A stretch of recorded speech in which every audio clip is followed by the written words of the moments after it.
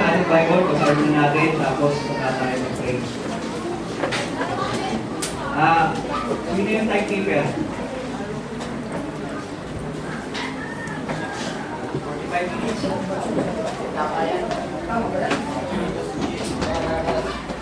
45 minutes?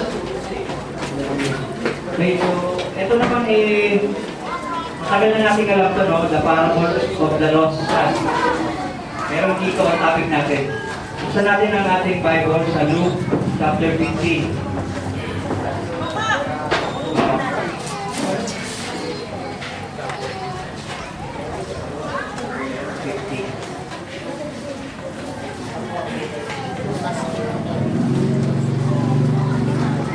Okay, buksan ninyo ang yung Bible, yung mga parents, yung mga katabi, yung mga bata, kung ninyo, may Bible, ballpen, papel. 11 to 21.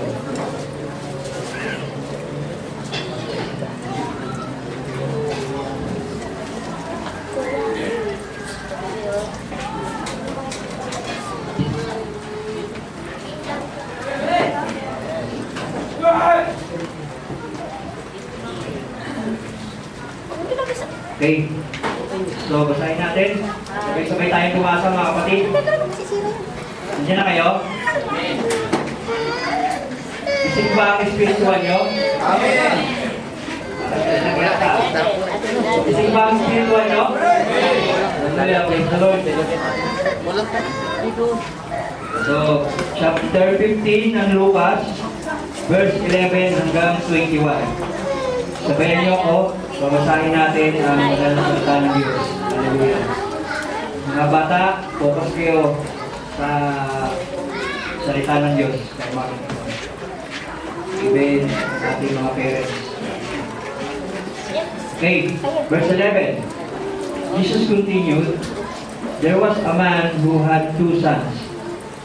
The younger one said to his father, Father, give me my share of the estate. So he divided his property between them. No long after that the younger son got together all he had, set off for a distant country and there squandered his wealth in wild living. After he had spent everything, there was a severe famine in that whole country, and he began to be in need.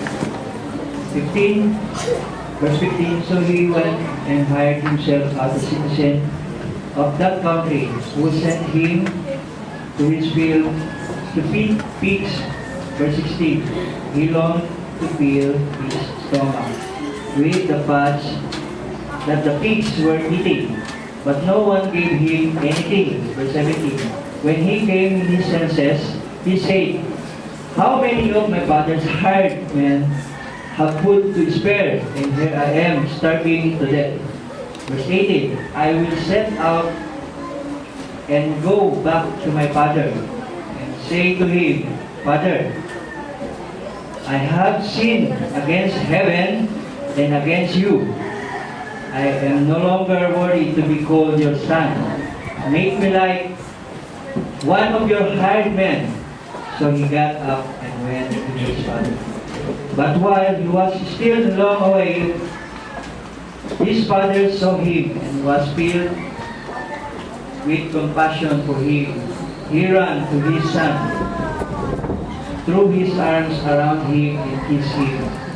Verse 21. The son said to him again, Father, I have sinned against heaven and against you, and I am no longer worthy to be called your son. Let's pray. Father, thanks for your very word. Thanks for this day. Thanks for my brethren. Thanks for this place. Thank you for everything, Lord, especially Lord, the Holy Spirit, Lord, that control your holy touch this day, Lord, na kami po ay iyong mabigyan, Lord, ng pagkain sa mga po. Kami po ay lubos, nagsusumangot na kami po ay iyong habagan sa aming mga pagkukulang sa buong linggong nagdaan, Lord, na aming mga dapat gawin, Lord, na hindi namin nagawa, Lord, nabigyan pa namin na hallelujah, Lord, nabigyan pa namin mas oras ang hindi dapat, Lord. Lord, kami nga po ay nasa huling mensahe. Nahabagan mo po ang bawat sa Lord sapagkat napakahigpit, Lord, ng mensahe para sa kaligtasan, Lord, sapagkat ang hallelujah, Lord, hallelujah, sapagkat ang denominational style, Lord, ay sinabi ng aming propeta, Lord, na tapos na ito. Pagkat kami ay tutungo sa kasakdalan ng nais. Lord, nawa ang maririnig namin salita, Lord, ay basbasan mo, Lord, at ipamuhay namin ito, Lord. Ganun din po ang iyong mabangikod, Lord. Be with my hands, Lord, with your holy oil, Lord. Hallelujah, Lord. Ilagay mo po sa iyong limutan, Lord. Hallelujah. Gamit mo nawa ako sa ikling oras sa iyo, Ama. Maraming salamat po muli. Ito po ang aming samot dalangin sa makapangyarihang pangalan ng mga Panginoon. Amen. Hallelujah. Praise the Lord. Okay, continue. Kita ba sa likuran? Hallelujah. Meron tayong dalawang part. Unahin muna natin yung okay. Kung sa binasa natin, yung prodigal lang, no? Yung prodigal lang yung nabasa natin.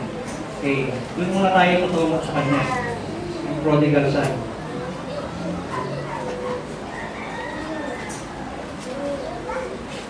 Prodigal son.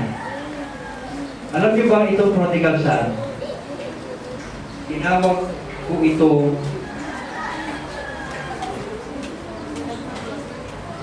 dead for life. Okay, why? Kung makikita natin kanina sa binasa natin, rather, hindi pala natin nabasa sa verse 20. Mamaya natin pupuntahan niya. Pero pinamagatak ko yung prodigal son na death for life. Okay. Saan tayo? Meron itong tatlong bahagi. Unang bahagi, paghingi ng mana. So, doon sa verse 12, makikita natin. Sa verse 12, humingi ng mana. Ito, prodigal son. The younger one said to his father, "Father, give me my share of the estate." Tapos, ano ginawa ng ama? So, he divided his property between them. Between them, ano ba lang kasi anak niya? Between them, wala naman sa ibang mapamanahan, kundi dalawang anak niya. Okay. Meron dito mga mystery mga halukay natin. Okay. Number 1, i-paraphrase natin. Parang ganito yun eh. Pagkasabi ng anak, pa, o daddy. Siyempre, daddy, mayaman. Daddy, pa. Tatay. Gawin mo na ang lahat, ang last will, testament. Sa tingin ko'y matagal-tagal ka bang mamatay. Ha? Huwag nyo? Pinaparaphrase lang natin ha. Parang gano'n ang gustong sabihin ng anak pero hindi niya masabi. Kaya hiningi niya lang yung mana niya. Kasi pero hindi pa panahon. Kasi naiinip na ako eh. Ano ang naging damdamin ng ama? Yung ng ama, no, naunawaan niyo. Sa verse 12, yun na nga yun, binigay niya ng mana. Walang, ano ba ang naging problema ng anak? Attitude. Walang tiyaga, hindi marunong maghintay, makasarilin, walang pagmamahal, walang galang. Huli natin ng isa ang kanilang walang tiyagang maghintay. Palagay ko ito rin ang problema ng marami sa atin. Amen? Amen? Parang ako lang yun Amen. Lahat tayo na iniinit. Alam natin yan. Kunti ko nga si Apostle Paul eh. Diba? Naiinit siya sa pagdating ng mahal Panginoon. sa tamang panahon na tayo ay mapasa Kanya. Hindi ba't ganito rin ang ating struggle? Madalas nagmamadali tayo sa buhay. Baka kailangan ay maghintay tayo. Tayo ng tamang panahon. Huwag magmadali. Don't push too hard. Baka katulad na tayo ng naligugang anak. Napapagalan tayo at hinihingi na natin ang ating mana. Kaya very stressful ang buhay mo o ang buhay natin. Babasa natin ito sa Psalm chapter 46. Sulat nga lang ha, kasi may kilang ang oras. Psalm chapter 46 verse 30 para papulay-pulayan niyo sa bahay. Be still and know I am God. Pumanatag, mamatay, mainahon, huwag at alalahanin mo ang Diyos ay Diyos. Ang katigaan ng tay ay kapahayagan ng pananampalataya. Very mababaw ang message ngayon. Pero bandang huli ay magiging mga nito. Kaya isa tayo mga kapatid. Number 2, paglayas o paglalayas. Verse 13. Verse 13, basahin natin. Puntahan ninyo ang inyong Bible. So he called 10 of his servants and gave them 10 minas. Put this money to work, he said, until he come. Verse 13. Hinamin kasi. No long after that, the younger son got together when he had set off for far distance country. Okay. Nagtungo sa malayong lugar, tipo ng kasalanan. Pag-enjoy sa buhay ng walang Diyos. Katulad nino, ni Adam at Eva, nang magkasala, pinakanilang lumayo at nagtago sa Diyos. Genesis chapter 3 verse 8. Suratin na lang yan ha. Ang tanong, makakapagtago ba talaga sa Diyos? Psalm chapter 131 verse 7 hanggang 12. Sulat niya. Ano ang nangyayari at naging bunga ng prodigal son? Nauubos ang kanyang kayamanan, walang kaibigan, nagutom, pinakamasaklap pa, nawalan siya ng dangal. Ano ang kinahatnan? Naging alipin at pistulang hayop. Why? Kasi siya nakitira sa kulungan ng baboy. Okay. Kulungan ng hirapan. Okay. Tungo na tayo sa number 3. Pangatlo, ang pagbabalik. Yung una, paghingi ng mana, pangalawa, paglalayas, pangatlo, pagbabalik. Verse 17. So natin, Bible, verse 17. So the Holy Scripture will guide us. Hallelujah. Verse 17. When he came to his senses, sabi nga dito ni ating propeta, amnesia. Wala sa ating sarili, tinawag ito ng ating propeta.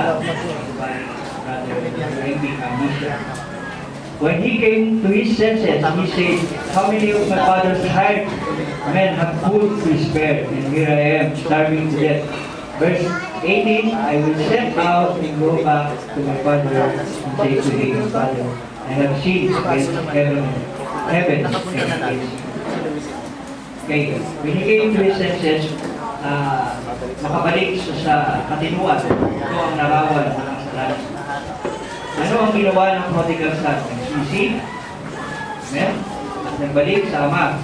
That is the last option. Wala talaga siyang option. Tigisin niya ang galit ng ama kaysa mamatay siya sa gutom. Madalas ay wala tayong pagkakaiba sa prodigal son. Gagawa ng kasalanan, tigisin ang palo ng ama, kahit alam natin ang kabayaran ay kasalanan. Ang kabayaran ng kasalanan ay kamatayan. Roma 6:23. Ulat niyo ha. We take God as the last option. Kapag wala na ang kanyang kayamanan, kapag wala na ang dangal, saka babalik sa Diyos. Sa ganitong pagkakataon, it's not out of faith, but out of desperation. Amen? Bumalik ang alibughang anak because out of desperation. Right? Wala na eh. Wala na siyang lalapitan talaga eh. 1 John, chapter 1, verse 9. 1 John, chapter 1, verse 9. Sino magpo-volunteer pa ba?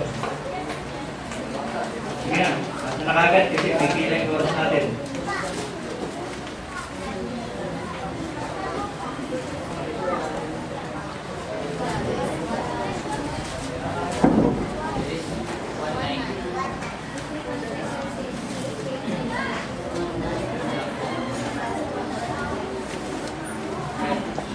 First John 1:9.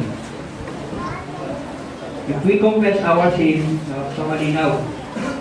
Pwede naman natin gawin yan natin, di ba? Pag nagkasala tayo, pero ang tanong, nakita ba ng Diyos talaga sa puso natin yun? Yun lang yun. Natin, pag bibigay tayo, meron tayo na kaya yun. Pero ang tanong, yung puso ba natin ay kakakal? Okay. Let's go back to verse 12. Sapagkat namatay na ang anak kong ito, ngunit muling nabuhay. Death for life. Yan ang naging buhay yung prodigal son. Death for life. Ano ba yung tinanong natin kanina? Pag-hingi naman, ano? Mana? Yung pangalawa? Paglaya. Paglaya. Pangatlo? Sa bahay. Pagbabalik. Dapat pagdara ko. Pagkapulobi. Okay. So, dahil ang oras ay nagmamadali. Okay. But thank you so much to our beloved God, Father, for His mercy and loving kindness. We are born again to inherit what God told John 3, 1 to 8. Basahin na. I-lista nyo. John chapter 3, verse 1 to 8. We have now wisdom and saw the eternal life. Perfect life ito ng true Son. Okay. Now, before we go sa chapter 2, sa magkapatid, pupuntahan naman natin yung elder brother, prodigal son.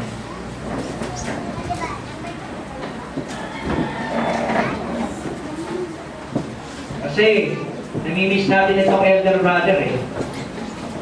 Nakikita lang tayo natingin doon sa prodigal son eh. Pero meron tayo makikita at ipapahayag. Okay, but before that, sabi nga natin, no?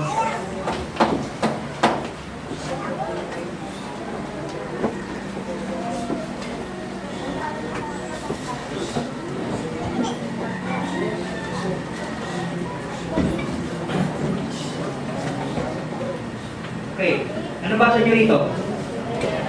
Amen, praise the Lord. Alam niyo ba ibig sabihin? Sa akin na ito mga kapatid ha. Kasi may makukuha tayo rito. Berean means be responsible and nice. Yung meaning ng nice, ano ba yung nice? Adjective. Adjective. Saluhan natin ang konting teaching. No? Pleasing.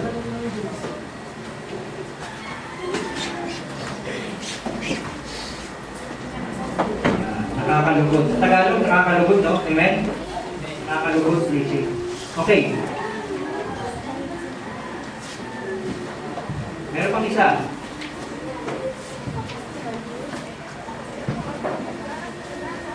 Berean attitude. Tama ba?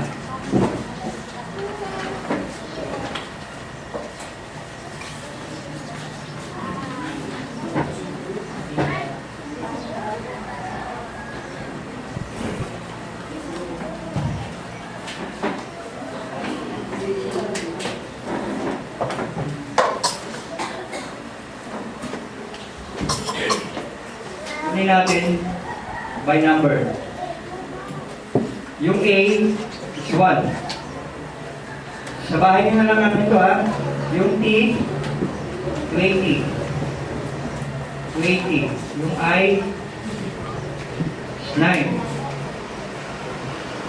20. Yung U, 21. Yung D, 4. Yung E, 5. We said we are in the perfect message. No? Kung great attitude ka, ang lalabas sa'yo is 100%. Dito sa mga kapatid na ito, makikita natin kung sino yung 100% attitude. Hallelujah. Okay, let's go back. Let's go back sa ating pinag-aaralan. Elder brother. Kasi doon lang tayo lagi nakapokus sa prodigal son, no? Elder brother. Alam niyo ba mas masakit ito? Maanghang na ito ngayon mga kapatid. Life to death. They have life. Nakatira siya sa kingdom ng kanyang ama. Life to death. Church, Christian. Lahat tayo maging dito. Okay, let's go to verse 29. Chapter 15, verse 29. Chapter 15, verse 29.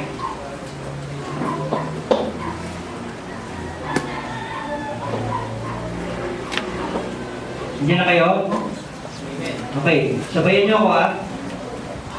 But he answered his father, "Look, all these years I've been slaving for you and never disobey your order." Kita niyo? Kita niyo yung ano ng kapatid? Magaling siya. Okay, para pa natin ulit. Okay. Pero bakit niya sabi yun? You know why? Nagkimkim ng galit. Ito yun eh. Nagkimkim ng galit sa kanyang ama. Kaya nung pagsagot, walang galang. Para praise sa kilos ko. Wala! Tapat naman ako sa naglilingkod ah. Lagi naman ako nasa pagka sumusunod sa utos mo. Kasi saan mo ba sabog, no? Kung makikita niyo mga anak ngayon, hindi na ako lalayo sa bahay lang namin. Kulang na lang, laging oras-oras, minuminuto, may sakit ako sila. Dahil yun ang ugali ng bata ko. Pero I speak, no, sa attitude ng Christian. Sabi rito, okay, pagdako, paksuway. Exodus chapter 20, verse 12. Alam naman natin yan, yung ikalimang utos. Bilangin mo ang iyong ama at ina. Okay, para yan. So, sa kasabihan, what greater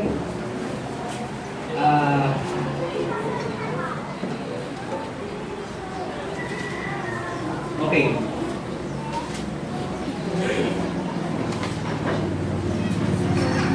Sa kasabihan, what greater ornament to the son that the father glory, or the father that the son honorable conduct. Number 2, no true love to his father, or walang totoong pagmamahal sa kanyang ama. Pagkamat ang ilingkod, hindi siya humingi, hindi siya naglayas, pagkos lagi present sa gawain. Yan, sana tayo. Christian, laging present sa gawain, nagsisilbi sa kanyang ama, o nagsisilbi sa church. Ngunit ang kanyang pagsisilbi, hindi dikta ng pag-ibig, kundi dikta lamang ng obligasyon. Yan yung kapatid na elder. Elder brother ha, prodigal son. Obligasyon lang, walang pag-ibig. Kaya mabigat sa kanyang kalooban. Katikulino.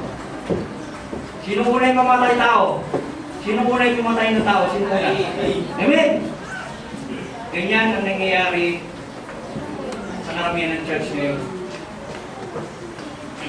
Ganito ang sabi ng Elder San sa verse 29 na binasa natin kanina, no?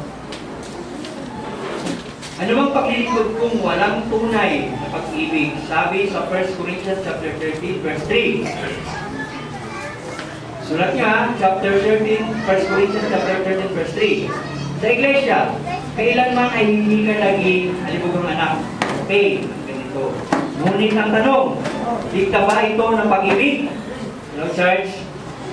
Christian, hindi lang sa iglesia naging sa brotherly love, kaya tigilan na natin etc. Bawa, bakit panghusga? Hindi ba? Hinusgahan niya na ang kanyang kapatid nang nakipagtunggaling ang elder brother sa kanyang tatay. Di ba? Gusto mo malaman? Basahin natin. Verse. Tuloy natin yung verse. Ayan. Sa verse, akyat natin sa verse 28. The older brother became angry and refused to go in. So his fathers went out and pleaded with him. Tapos, verse 29, but he answered his father, look, all these years I've been slaving for you and never disobeying your orders. Yet, you never gave me even a young goat so I could celebrate with my friends. Sana makuha niyo mga kapatid. Why? Bakit goat ang sinabi itong elder brother? Kasi ang ugali niya ay goat. Makikita na sa mga pagdating ng panahon, yung sheep, ihiwalay yung goat. Bakit goat parang gusto ipagigay sa kanyang tatay? Kasi yun ang kanyang attitude. Kaya kung anong nasa puso niya, yun ang lalabas sa kanyang bibig. Amen? So, ang dami-dami naman, bakit goat pa? Talagang napunta ito sa perfect message natin. Okay, tuloy tayo. Hallelujah. Nasasabayan niyo ba ako mga kapatid? If ever na medyo malabo, no? Tanongin niyo na lang ako mamaya. Okay. Ito yun. Dapat sa pagiging ugali natin, sa isang kapatid, mapahalan, of course, yung kanina sa 1 Corinthians, no? Magsilbihan, nagtutulungan, hindi nagtutulungan. Amen? Kasi meron tayong awa, simpati. Yung isa, yung empathy. Ano ba yung empathy? Para magkaparin nyo ng simpati, empathy. Yung sympathy, awa lang yan. Kung walang empathy, ano yan? Drama lang yan. Right? Sa message natin, gano'n din. Pagka-empathy, pagka-sympathy at walang empathy, ang tawag doon? Empathy. Empathy yung mananampalataya natin. Ang pagtulong natin, ang paggawa natin, whatsoever, paghihirap natin sa buong buhay natin. Hallelujah. Let's continue. Number 3, hindi marunong magpatawad. May dalawang bagay na nangyari sa prodigal son na ito na lalo nagparunong sa kanya. Babaliwalayin ang relasyon. Right? Ang sabi ng anak ng panganay, nang dumating ang anak ninyo, instead na ang sabihin ng dumating ang kapatid ko, dinuro niya yung nang dumating ang anak ninyo, imbis na sabihin niya siguro nang dumating ang kapatid ko, kasi may galit siya sa dibdib, kaya hindi niya na sinabing kapatid ko, nang dumating ang anak ninyo. Ano raw? Nang dumating ang anak ko, ayaw niya kasing ituring ang kanyang kapatid ng kapatid. Ito dapat ang ugali ng elder brother. Sabi ng ama, nang dumating ang kanyang anak, tinawag pa rin niyang anak. Pero mo, yung anak, yung anak bumalik, pero tinawag pa rin ng ama ang kanyang anak kahit makasalan. Amen? Meron akong mga hindi ako mag-mention ng name. When nag-struggle at church na to, last year, meron akong mga ilang kapatiran. Pagka bumalik ang mga kapatid, galing sa